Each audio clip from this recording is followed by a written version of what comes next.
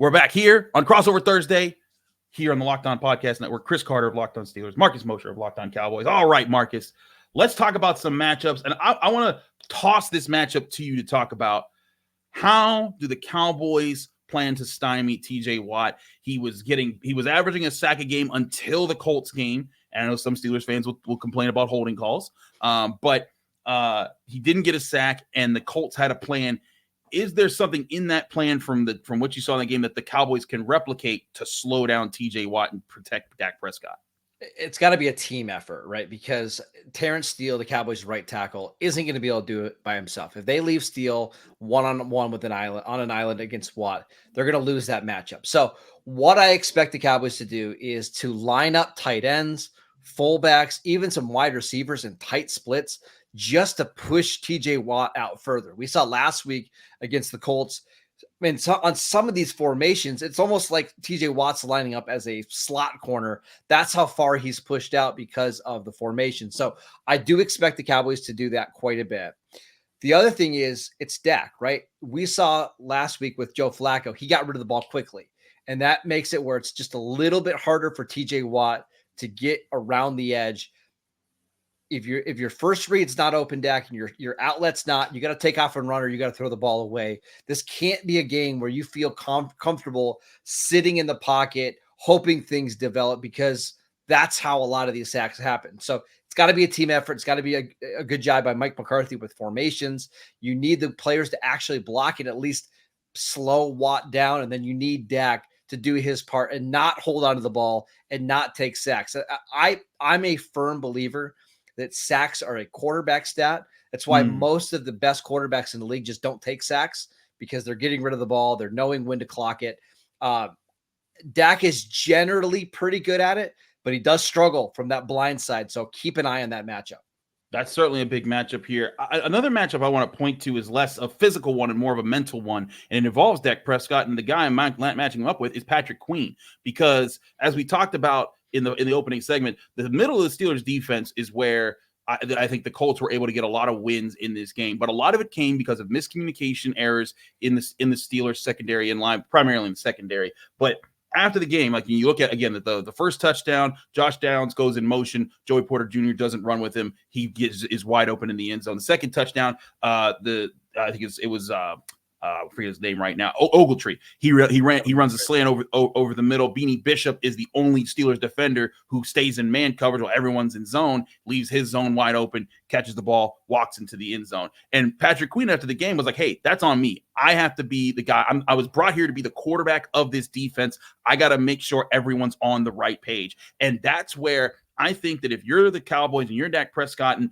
part of it's also the game plan before, but at the line of scrimmage, you get into the line of scrimmage early, you're motioning guys around, and you're trying to find those mismatches. How can I create confusion in that coverage, create some busted coverage opportunities, or simply create the matchups that I really want, like CeeDee Lamb against Beanie Bishop, CeeDee Lamb against Patrick Queen or Deshaun Elliott, and get them in spots where I can, hey, this is definitely an opportunity for us here pre-snap. And if you're Patrick Queen, how can we make sure that doesn't happen, but also how can we disguise those as saying, hey, yeah, you think that's over there, but that's actually where we want you to throw, because Minka's going to be jumping into that spot soon.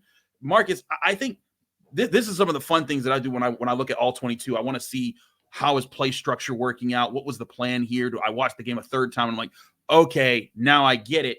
How do you see this playing out in this kind of a chess match?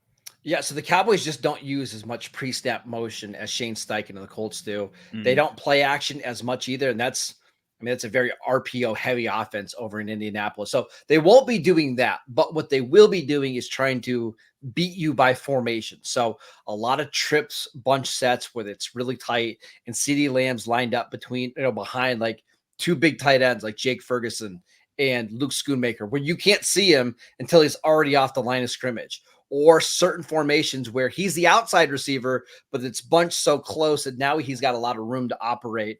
That's how the Cowboys are going to try to beat you. It's not overly complex. It's pretty simple, but it's been pretty effective with Mike McCarthy, not only in Dallas, but in Green Bay as well.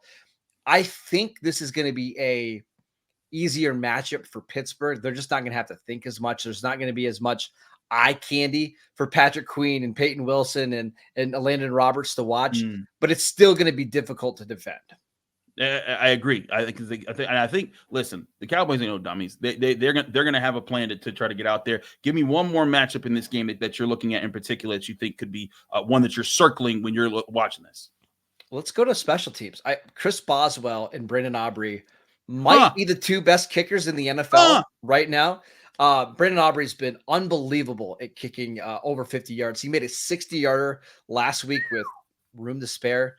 However, kicking in Pittsburgh on a Sunday night game is always a little bit different, right? Kicking into that open end of the stadium. I've got no doubts that Chris Boswell is probably going to nail a 50-yarder if Mike Tomlin decides to give him the opportunity to kick. That's been a little bit of an issue in the past, but who can make their long kicks? Because I do think this is going to be somewhat of a field position game. The Cowboys defense is going to need as much room as possible to operate, right? Like if they're giving the Steelers short fields, they're going to score in this one. So keep an eye on these kickers. Which coach trusts their kicker more? I know that's a nerdy answer, but Boswell and Aubrey are awesome. Watch those guys and appreciate them. No, that is a really cool point. I don't think I've ever in all my years of Locked On, seen kickers be a matchup that we've talked about. So that's a very unique position like that. I like that. I'm going to flip to the other side real quick, back to the Steelers. I'm bringing up the Steelers quarterback, Justin Fields. I think, this is a matchup not just with the Cowboys, but also with the Steelers themselves, because I think one of the problems the Steelers ran into last week and a little bit against the Chargers, they just didn't have to pay for it too much, is teams are obviously run blitzing at times, and Justin Fields isn't switching out of it. Now, is that on Justin Fields, or is that just a game plan and they're saying, hey, stick to it, just let's run this, and if they call the right blitz, they call the right blitz, but we want to stick to this pace here. I think, like you were talking about, especially with the players that you're mentioning in Lawrence and Parsons, the Cowboys are going to have to get a little bit more aggressive at times, and especially if you want to stop the run. And when that happens, the Steelers are going to have to make a decision. If the run game's going, great, awesome, then you don't have to do this. But if it's going early, the Steelers need a curveball or a change-up pitch of some sort for Justin Fields to at the line be like, all right, they're bringing that again. We have this is our counter. I haven't seen them do that a lot this year, and if they if that leads to them being a slow starter on offense again this week, and the Cowboys offense gets it, and this leads to a loss, that would be a major talking point. And then all of a sudden, that Russell Wilson conversation gets a little louder and louder and louder. And you wonder how much they want to change the plays at the line of scrimmage with, yet again, another week with the new offensive line combination, right? You mentioned this is Ciamalo's first game back from the pec injury. Zach Frazier, he started 4 games, but still a young player. This will be Mason McCormick's first start. You don't want to try to overcomplicate things for an offensive line that's still trying to gel together, but you might not have any choice if the Cowboys are giving you looks that just aren't very favorable. Keep an eye on that. It should be a good matchup to watch. Absolutely. Marcus, thank you so much for joining me here on Crossover Thursday. This is an awesome experience. Again, 2 big brand football teams, as Mike Tomlin called them in his Tuesday press conference, throwing down Sunday night football, Acrisure Stadium in Pittsburgh. Marcus, you out in Erie. So are you coming to Pittsburgh, or are you staying up north? There's nothing I would like to do less than go sit with 70,000 Steeler fans, and then fight through traffic after a loss. So absolutely not. I will not be doing that.